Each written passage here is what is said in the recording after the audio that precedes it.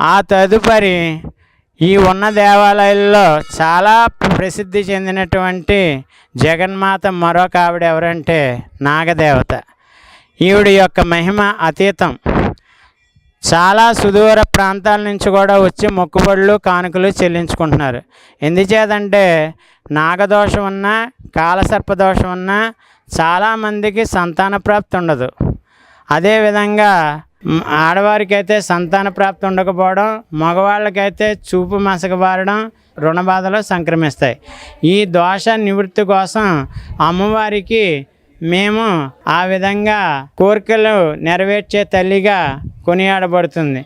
అలా అమ్మవారికి కిరీటాలు సమర్పించారు, సూత్రాలు సమర్పించారు, నేత్రాలు ఇచ్చా మేరకు కానుకలు సమర్పిస్తున్నారు.